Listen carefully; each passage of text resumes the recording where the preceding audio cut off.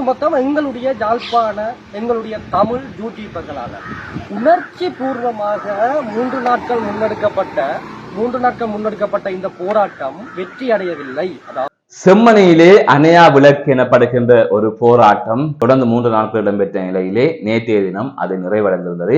பல சர்ச்சைகளுக்கு மத்தியில் நிறைவடைந்தது. இது தொடர்பாக பல்வேறுபட்ட கருத்துக்கள் பரிமாறப்பட்டுக் கொண்டிருந்தது. அங்கு பல விடயங்கள் நடந்திருந்தது. இந்த நிலையில் அதையெல்லாம் தாண்டி அந்த போராட்டம், அதாவது அணையா விளக்கு போராட்டம் அணைந்து விட்டது. அதற்கு காரணம் யாழ்ப்பாண யூடியூபர்ஸ் என்று குற்றம் சாட்டப்பட்டிருக்கின்றது. இது தொடர்பாக ஒரு காணொலியை இளைஞன் வெளியிட்டிருக்கின்றார். என்ன நடந்தது இது தொடர்பாக விரிவாக பார்க்கலாம். அதற்கு முதல் JK ரிப்போர்ட் எனப்படுகின்ற இந்த யூடியூப் சேனலை சப்ஸ்கிரைப் செய்து கொள்ளுங்கள். தொடர்ந்து அருகில் இருக்கின்ற பெல் பட்டினை கிளிக் செய்வதன் ஊடாக நான் போடுகின்ற ஒவ்வொரு காணொலிகளையும் நீங்கள் உடனுக்குடன் பார்க்கக்கூடிய வகையில் இருக்கும். நான் நடராசா ஜெயகாந்தன். தற்பொழுது செய்திகளுக்குள்ளே செல்லலாம். யாழ்ப்பாணம் செம்மணி பகுதியில் நேற்றைய தினம் ஒரு போராட்டம் ஒன்று மேற்கொள்ளப்பட்டது. அதாவது 3 தினங்களாக அந்த போராட்டம் நடைபெற்றிருந்தது. நேற்றைய தினம் 3வது நாள், இறுதி நாள். இந்த நிலையில் அனைவரும் கலந்து கொள்ளுமாறு அழைப்பு விடுக்கப்பட்டிருந்தது. அந்த வகையில் ஓரளவு கணிசமான மக்கள் அந்த போராட்டத்திலே கலந்து கொண்டிருந்தார்கள். ஆனால் அதிகமான பேர் இந்த போராட்டத்திலே கலந்து கொண்டிருக்க வேண்டும். ஒரு இசை நிகழ்வுக்கு ஆயிரக்கணக்கில் செல்கின்றீர்கள். ஆனால் போராட்டம் என்று வருகின்ற பொழுது அந்த அயலில் இருக்கின்றவர்களை அங்கு செல்வதில்லை. அதற்கு சில வேளை இவ்வாறான பிரச்சனைகள் வரும் என்கின்ற எண்ணத்தில் அவர்கள் செல்லாமல் இருக்கின்றார்களோ என்பது தெரியவில்லை. எனவே என்னதான் இருந்தாலும் ஒரு போராட்டத்தில் கலந்து கொள்ள வேண்டும். அது மக்கள் போராட்டமாக மாற வேண்டும். மக்கள் போராட்டமாக மாற வேண்டும் என்று சொன்னால் அதிகளவான மக்கள் அந்த போராட்டத்திலே கலந்து கொள்ள வேண்டும் என்பதுதான் உண்மையான ஒரு விடயம். ஆனால் தற்பொழுது இங்கு இடம்பெறுகின்ற போராட்டங்களில் எல்லாம் பொது அமைப்புகளும் அரசியல்வாதிகளும் தங்களுக்கு சாதகமான ஒரு கூட்டமும் தான் ஒவ்வொரு போராட்டங்களிலும் நிற்கின்றது. இதனை வெறுத்துத்தான் என்னவோ மக்கள் ஒதுங்கி நிற்கிறார்களோ தெரியவில்லை. ஆனால் மக்கள் போராட்டம் உண்மையான மக்கள் போராட்டமாக இருக்க வேண்டும் என்பதும் இதிலே சொல்லிக் கொள்ள வேண்டிய ஒரு விடயமாக இருக்கின்றது. இந்த நிலையில் அங்கு பல்வேறுபட்ட வேண்டத்தகாத விடயங்கள் நடந்திருந்தது. CVK சிவஞானத்தை துரத்தி அளித்திருந்தார்கள். அதே போல சாணக்கியனுடன் ஒரு முரண்பாடு ஏற்பட்டதாக கூறப்பட்டது. செய்திகள் வெளிவந்திருந்தது. ஆனால் சாணக்கியன் அதனை மறுத்திருக்கின்றார். அது தவிர அமைச்சர் சந்திரசேகர் அங்கிருந்து விரட்டி அடிக்கப்பட்டார். அதே போல நாடாளுமன்ற உறுப்பினர்களான ரஜீவன், இளங்குமரன் போன்றோரும் அங்கிருந்து விரட்டி அடிக்கப்பட்டிருந்தார்கள். ஆனால் அர்ஜுனாவுக்கு எந்தவித தொந்தரவும் கொடுக்கவில்லை. அர்ஜுனா அந்த போராட்டத்திலே கலந்து கொண்டிருந்தார். அது தவிர முக்கியமான விடயம், ஐநா மனித உரிமை ஆணையாளர் அங்கு சென்றார். நீண்ட நெடிய போராட்டத்துக்கு பின்னர் அவர் அங்கு சென்றிருக்கின்றார். அதாவது அவர் அங்கு முதல் செல்ல மாட்டார் என்று கூறப்பட்ட நிலையில் நீண்ட போராட்டத்திற்கு பின்னர் ஒரு சிலர் முயற்சியால் அவர் அங்கு சென்றிருக்கின்றார் என்பதும் ஒரு சொல்லக்கூடிய ஒரு விடயமாக இருக்கின்றது. ஆகவே இவ்வாறான ஒரு நிலையில் அந்த முக்கியமான ஒரு தருணம் நடந்திருக்கின்றது. அந்த போராட்டம் வெற்றி பெற்றிருக்கின்றது. அவர் அங்கு சென்றிருக்கின்றார். அதாவது ஐநா மனித உரிமை ஆணையாளர் அங்கு சென்றிருக்கின்றார். இவ்வாறெல்லாம் நடந்ததாக செய்திகள் வெளிவந்தாலும் இந்த நிலையில் திடீரென்று இளைஞர் ஒரு காணொலியை வெளியிட்டிருக்கிறார். அதாவது அந்த போராட்டம் வெற்றி பெறவில்லை, அந்த அணையா விளக்கு எனப்படுகின்ற போராட்டம் அணைந்து விட்டது. யாழ்ப்பாண யூடியூபர்ஸ்களால் தான் அது மோசமான ஒரு நிலைக்கு போய்விட்டது. அந்த போராட்டத்தை திசை திருப்பி தவறான தகவல்களை எல்லாம் போட்டு, தம்மி மேய்ச்சை தவறாக போட்டு, செருப்புடன் ஓடிவிட்டார், செருப்பில்லாமல் ஓடிவிட்டார், அவரை துரத்தி விட்டார்கள், இவரை துரத்தி விட்டார்கள் என்று, அதாவது அந்த போராட்டம் எதற்காக நடத்தப்படுகின்றதோ அந்த விடயத்தை எல்லாம் தவிர்த்து ஏனைய விடயங்களுக்கு அவர்கள் முன்னுரிமை அளித்து இவ்வாறு அந்த போராட்டத்தை மடைமாற்றி விட்டார்கள் என்று அவர் குற்றம் சாட்டுகின்றார். அதுதவிர சொல்லுகின்றார், இவ்வாறு தொலைபேசிகளை தூக்கி கொண்டு பலர் வருவதால், அதாவது வந்த அந்த ஐநா மனித உரிமை ஆணையாளரிடம் போராட்டக்காரர்கள் சுமூகமாக கதைத்து சரியான முறையில் அந்த ஆவணங்களை கையளிப்பதற்கான சந்தர்ப்பங்கள் கிடைக்கவில்லை. அவர் செல்லும் நேரத்தில் அவரது வாகனத்துக்கு பின்னால் இருந்த ஒரு வாகனத்தில் அமர்ந்திருந்த மனித உரிமை ஆர்வலர் ஒருவரின் கையில் தான் அந்த ஆவணம் கொடுக்கப்பட்டது என்பது போல எல்லாம் அவர் கூறியிருக்கிறார். இது அவரது கருத்து. அவர் இவ்வாறு அவர் குற்றம் சாட்டியிருக்கின்றார். இந்த யாழ்ப்பாண யூடியூபர்ஸால் இந்த போராட்டம் சிதைவடைந்திருக்கிறது, ஒரு ஒழுங்கின்மையாக நடந்து கொள்கின்றார்கள் என்று குற்றம் சாட்டப்பட்டிருக்கின்றது. எனவே அங்கு என்ன நடந்தது என்பது தொடர்பாக நானும் செய்திகள் வழியாகத்தான் நடந்து கொண்டேன். உண்மையிலே நானும் இந்த சம்பவ இடத்திலே இல்லை. ஆகவே இவ்வாறான சம்பவங்கள் நடந்ததா, யூடியூபர்ஸ் இந்த போராட்டங்களுக்கு இடையூறு விளைவித்தார்களா என்பது தொடர்பாக எல்லாம் அந்த இடத்தில் இருந்திருந்தால் தெரிந்திருக்கும். ஆனால் அந்த இடத்தில் இருந்தவர்கள் அனைவருமே அவரது அந்த இளைஞரின் கருத்தை ஆதரித்திருக்கிறார்கள். அவரது அந்த காணொலிக்கு கீழே கருத்து பதிவு இருந்த போது அதனை அனைவருமே ஆதரித்திருக்கிறார்கள். ஆகவே அப்படியானால் யூடியூபர்ஸ் அங்கு தவறாக நடந்து கொண்டார்களா, முகஞ்சுளிக்க வைக்கின்ற முறை நடந்து கொண்டார்களா என்பது தொடர்பாக ஒரு கேள்வி எழுகின்றது. எனவே இவ்வாறு யூடியூபர்ஸ் மீது குறை கூறப்பட்டாலும் இவ்வாறு இந்த போராட்டம் பேசப்படுகின்றது அல்லது இந்த போராட்டம் இவ்வளவு தூரத்துக்கு கலைக்கப்பட்டதற்கு அவர்களும் ஒரு காரணம் என்பதில் மாற்று கருத்தில், அது பேசுபொருளானதற்கு அவர்களும் ஒரு காரணம். ஆனால் கொஞ்சம் சரியான விடயங்களை, அதாவது அங்கு நடந்த விடயங்களை முன்னுரிமைப்படுத்தி கொடுத்திருந்தால் மக்களுக்கு அங்கு என்ன நடந்தது என்பது விளங்கி இருக்கும். ஆனால் ஒரு போராட்டம் நடைபெற்றுதான் அங்கு போனவர்கள் எல்லாம் அடித்து விரட்டினார்களாம், அவர்கள் துண்டைக்காலம் துணியைக்காலம் என்று ஓடினார்களாம் என்பதுதான் தற்போது மக்களின் பேச்சாக இருக்கிறது. அதுவும் மறுப்பதற்கு இல்லை. அதே போல யூடியூபர்ஸ் போட்ட விடயங்களை எல்லாம் ஊடகங்களும் போடாமல் இல்லை, ஊடகங்களும் அதே விடயத்தை போட்டன. ஆகவே யூடியூபர்ஸை மட்டும் குறிவைத்து சொல்வது என்பது பொருத்தம் இல்லாத ஒரு விடயம். ஆனால் ஊடகவியலாளர்களும் யூடியூபர்ஸும் ஒரு இடத்துக்கு செல்லுகின்ற போது ஊடகவியலாளர்கள் கொஞ்சம் பொறுப்புடன் நடந்து கொள்கின்றார்கள், அவர்கள் வேறு இவர்கள் வேறு என்பதை அடிக்கடி யூடியூபர்ஸ் நிரூபித்துக் கொண்டு இருக்கின்றார்கள் என்பதும் ஒரு விடயமாக இருக்கின்றது. அதை தவிர சில யூடியூபர்ஸ் ஊடகவியலாளர்களாகவும் இருக்கின்றார்கள். அனைத்து யூடியூபர்ஸ்களையும் இங்கு குறை கூற முடியாது, அந்த இளைஞனும் அனைத்து யூடியூபர்ஸையும் குறை கூறவும் இல்லை. ஒரு சிலர் இவ்வாறான செயற்பாடுகளில், அதாவது யூடியூபரில் பெரும்பாலானோர் இவ்வாறான செயற்பாடுகளில் ஈடுபடுகின்றார்கள், அது அவர்களின் புரிதலின்மையாக கூட இருக்கலாம் என்பது பலரது கருத்தாக இருக்கின்றது. ஆனால் இவற்றையெல்லாம் கடந்து அவர் கொலை செய்து விட்டார், அவர் உள்ளே வந்து விட்டார், அவர்கள் சுற்றி சுற்றி போகணும் என்றதால் ஒழுங்காக யாருமே பேச முடியவில்லை, போக வேண்டிய அல்லது காட்ட வேண்டிய இடத்திற்கு ஐநா மனித உரிமை ஆணையாளரை கூட்டிச் செல்லவில்லை, அதாவது அந்த பகுதிக்கு சென்றிருந்தாலும் சரியான இடங்களுக்கு இன்னுமே பல இடங்களை அவர் பார்த்திருக்க வேண்டும், ஆனால் கூட்டிச் செல்ல முடியாமல் போய்விட்டது, அதுக்கு யூடியூபர்ஸ் தான் காரணம் என்று குற்றம் சாட்டப்படுகிறது. ஆக இப்படியான பிரச்சனைகள் எல்லாம் இருக்கிறது. எனவே இந்த குற்றச்சாட்டு யூடியூபர்ஸ் மீது வைப்பதற்கு முன்பாக அந்த போராட்டத்தை ஒழுங்கமைத்தவர்கள் யார்? அவர்கள் அங்கு அனைவரையும் வருமாறு அழைத்திருந்தார்கள், அல்லது அரசியல்வாதிகள் இதற்கு வர வேண்டாம் என்று பகிரங்கமாக கூறியிருக்க வேண்டும். அப்படி எங்கும் கூறினார்களா என்பது தொடர்பாக நான் ஒரு செய்தியையும் தகவலையும் பார்க்கவில்லை. அதுவிட யூடியூபர்ஸ் வந்தால், ஊடகவியலாளர்கள் வந்தால் அவர்களுக்கு இடம் ஒதுக்கப்பட்டிருக்க வேண்டும். இந்த இடத்திலிருந்து நீங்கள் காட்சிப்படுத்துங்கள், தயவு செய்து உள்ளே இதற்குள் வராதீர்கள், இது ஒரு முக்கியமான இடம், வருவர்களுக்கு இது தொடர்பாக விளங்கப்படுத்த வேண்டும், எங்களது நோக்கமே இதுதான், ஆகையால் இதற்குள் வராதீர்கள் என்று நீங்கள் கூறியிருக்க வேண்டும்.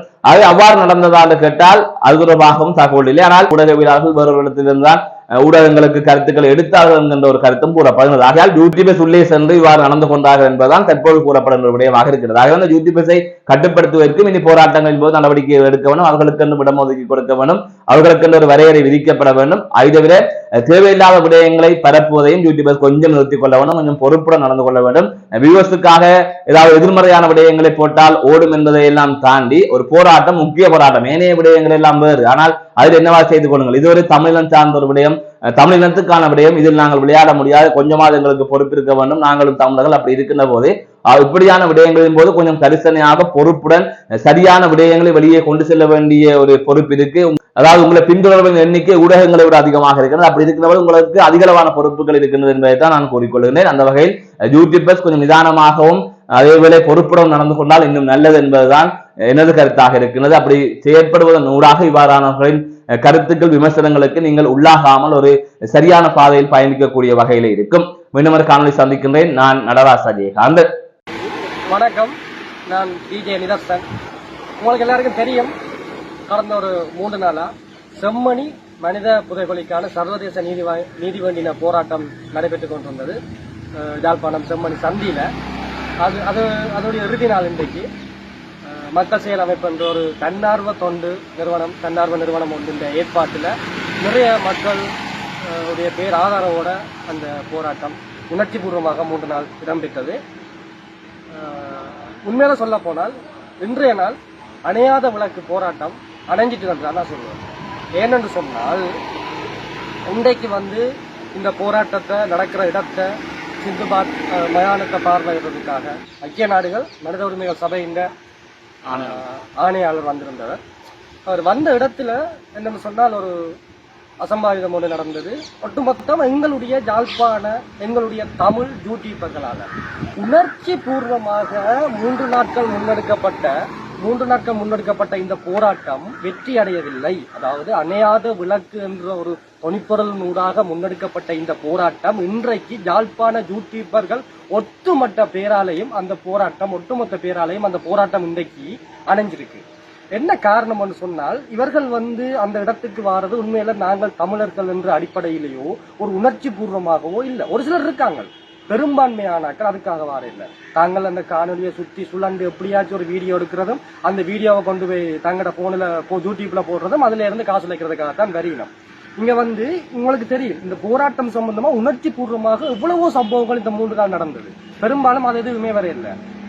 அவருக்கு போத்தலால் எறிஞ்சு கலைச்சாங்க, இவர் இந்த சப்பாத்தை விட்டு கலட்டிட்டு போனார், அந்த கட்சியின் தலைவர் பின்பக்கத்தால நடந்து போனார். இதுதான் கேடி. இப்படியான தலைப்புகளை நீங்கள் காணொலியில இந்த தமிழையில செய்து போட்டால் எங்கட போராட்டம் சம்பந்தமா நீங்கள் எங்க கொண்டு போய் சேர்க்க போறீர்கள்? ஜாழ்ப்பாணத்தவனுக்கு தெரியும் என்ன நடக்குதுன்னு. நீங்க கொண்டு போய் சேர்க்க போறது வெளியில இருக்கிறவனுக்கு. அவன் நீங்கள் தண்ணி பொத்தலால் எறிஞ்சதையும் வார கட்சி தலைவரையும் மடிச்சு கலைச்சதையும் பார்க்க போறான். நீங்கள் எதுக்கு நீங்கள் முக்கியத்துவம் கொடுக்குறீங்க? இன்றைக்கு அந்த ஆணையாளர் வார அந்த நேரத்தில் ஒட்டுமொத்த யூடியூபரும் நீங்கள் என்ன ஒட்டுமொத்த பேரும் குமிஞ்சு கூத்தடிச்சு எத்தனை ஆயிரம் போனப்பா, எத்தனையாயிரம் போன் கிடக்கு அந்த இடத்துல என்ன? நீங்கள் ஒழுங்கா ஒரு சைட்டால நின்றுருந்தா வந்த மனுஷன் அங்க வந்த அந்த அதுல பள்ளிக்கூட வெள்ளச்சட்டியும் நாங்க கொளுத்தின விளக்கையும் பாக்குறது இங்க எங்களுக்கு பிரயோசனம் இல்லை. விளங்குதுதானே? அது ஒரு உணர்வு பூர்வமான செயற்பாடு. அந்த இடத்துல பாதிக்கப்பட்ட 4 பேர் அந்த ஆளோட வந்து கதைச்சிருக்க வேணும். என்ன அவையில கண்ணீரை சிந்திருக்க வேணும். அந்த இடத்துல வச்சு நீங்க அந்த கோரிக்கை மனு நீங்கள் அவற்ற இடத்துல கையளிச்சிருக்க வேணும். அதுக்கு நேரம் கிடைச்சதா? சுத்தி சுழண்டு நிக்கிறீங்க. இன்றைக்குரிய புரோகிராம், இன்றைக்குரிய அஜெண்டா ஆணையாளர் வந்து செம்மணி புதவுல போராட்டத்தை பாக்குறது தான். வார ஆணையாளரை நீங்கள் சுத்தி பாக்குறது இல்ல. நீங்கள் அப்படியே ஒட்டுமொத்தமா எல்லாத்தையுமே மாத்தி போட்டுட்டீங்க. அதுல அந்த ப்ரோக்ராம் முடிய சண்டை, மீடியாக்காரரும் யூடியூப் காரரும் சண்டை. நீங்க அங்க போட்டு நீங்க அங்க போட்டு நீங்க வச்ச கூட சண்டை. நீங்களே யூடியூப் விட்டுனீங்க, நீங்களே மீடியா விட்டுனீங்க. நீங்க முதல் ஒருமையா இருக்கும். என்னது செய்தியெல்லாம் அந்த இன்றைக்கு நான் இந்த கண்ணூடாக பார்த்தது அந்த மயானத்துக்கு வெளியில அந்த ஆணையாளர் வாரார். அந்த ஆணையாளர் கையில குடுவடையில்லை.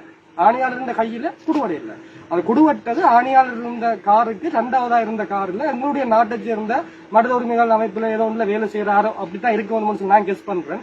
அவாண்ட கையால அவ கார்ல ஏறினா பிறகு அவ அந்த கார் கண்ணாடியை திறந்துதான் அந்த டாக்குமெண்ட்ஸ் ஃபைல், அந்த ஃபைலை வாங்கி இருக்கிறான்.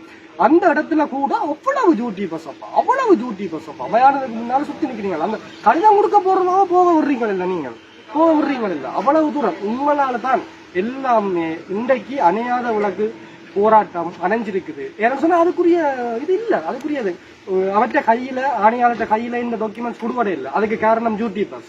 வந்த ஆணையாளர் பாதிக்கப்பட்ட ஆட்கள்ல பக்கமே திரும்பி பார்க்கல. அவரை நீங்க பார்க்க விட இல்லை. அதுல ஒரு 2 நிமிஷம் அந்த அடையாளமா நாங்க வெள்ளச்சட்ட கொள்கை இருந்தவையால் அந்த இடத்துல நின்று அது சம்பந்தமான விளக்கம் அவருக்கு கொடுக்கப்பட்டது. இங்க விளக்கு கொடுத்த இடத்துக்கு வந்தார். அப்படி சுத்தி நிக்கிறீங்களே, எத்தனை ஆயிரம் போன் ஒரு 2 பேர் வீடியோ எடுங்க, கொஞ்சம் பேர் அமைதியா இருங்க, வந்ததை நடக்க விடுங்க. உனப்பா நீங்கள் சரியா மாறும் வரைக்கும், நீங்கள் தமிழனாக சிந்திக்கும் வரைக்கும், நீங்கள் உணர்ச்சி பூர்வமாக சிந்திக்கும் வரைக்கும் எங்களுடைய தமிழனுக்கும் சரி, எங்களுடைய இலக்கும் சரி, எதுவுமே நடக்காது. அஞ்சலி தூவி கொண்டு வச்சிருந்தது என்ன? அப்ப அந்த அஞ்சலியை செய்து போட்டு அதுக்குரிய அடையாளம் அவர் ஆணையாளர் வரைக்கும் நாங்கள் அதை அந்த கையெழுத்தை வாங்கி அதை கொடுக்குற மாதிரி தான் பிளான் பண்ணியிருந்தது. அப்ப அந்த இடத்துல நாங்கள் ஒட்டுமொத்த தமிழரும் கேட்கிறோம், இறந்தவர்களுக்கு நாங்கள் எந்த ஒரு பேரவும் இன்றி அஞ்சலி செய்யறதுக்கு எங்களுக்கு அனுமதித்தா அப்படின்னு சொல்லி நாங்கள் செய்யறோம்.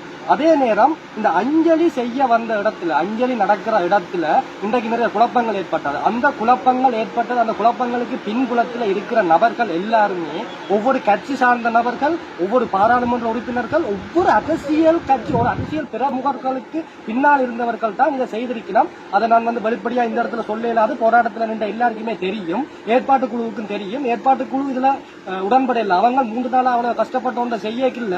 கடைசி நாள் நீங்கள் எல்லாத்தையுமே நீங்க சொதப்பி விட்டுட்டீங்களா என்ன?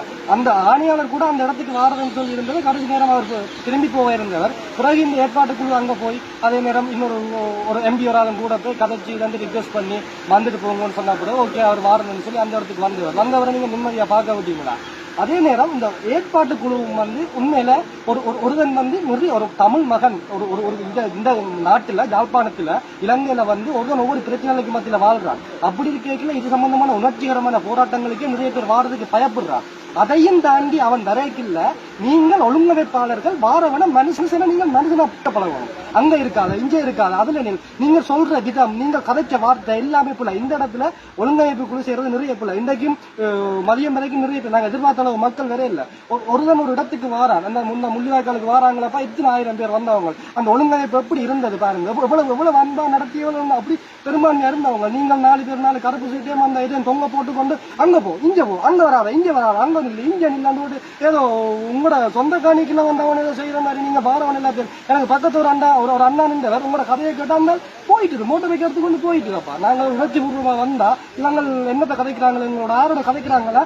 நீங்கள் போடா என்று சொல்றவன் ஒரு இந்த நாட்டுக்காரே எத்தனையோ 1000 களங்களை கண்டு ரத்தம் சிந்தி கைய கால இழந்த அந்த இடத்துல வந்து நிற்பான். அவன் ஆரண்டு தெரியாம நீங்க சொல்லுவீங்க, நீ அங்க போ, நீ இஞ்சவான்னு சொல்லி இதுக்கு அவனுக்கு எப்படி இருக்கும், அவனோட உணர்வு எப்படி இருக்கும்? நீங்கள் ஒரு போராட்டம் ஒரு இதை நீங்கள் ஏற்பாடு செய்யறதுக்கு பிற்றி ஒரு தைரியம் வேணும் எங்கிற நாட்டுல. நான் அதை பாராட்டுறேன். அது நல்ல விஷயம். ஆனால் ஒழுங்குபடுத்துற நீங்க சரியா செய்யணும். அப்படி இல்லாட்டி அதை செய்யறதுக்கு இன்னொருத்தன் தருவான், அவர்கிட்ட கொடுங்க. இந்த இடத்துல நீங்க பிளவுட்டீங்க. இதை தாண்டி முக்கியமா நான் இந்த காணொலி போடுறதுக்கு காரணம் யூடியூபர்ஸ் திருப்பி சொல்றேன், தயவு செய்து ஒழுங்கா இருங்க. உங்களோட சுயநலனுக்காக, உங்களோட சுய லாபத்துக்காக தமிழ் இனத்தையும் தமிழ் மக்களையும் தமிழ் மக்களுடைய உணர்ச்சிகளையும் நீங்க கொச்சப்படுத்தாதீங்க.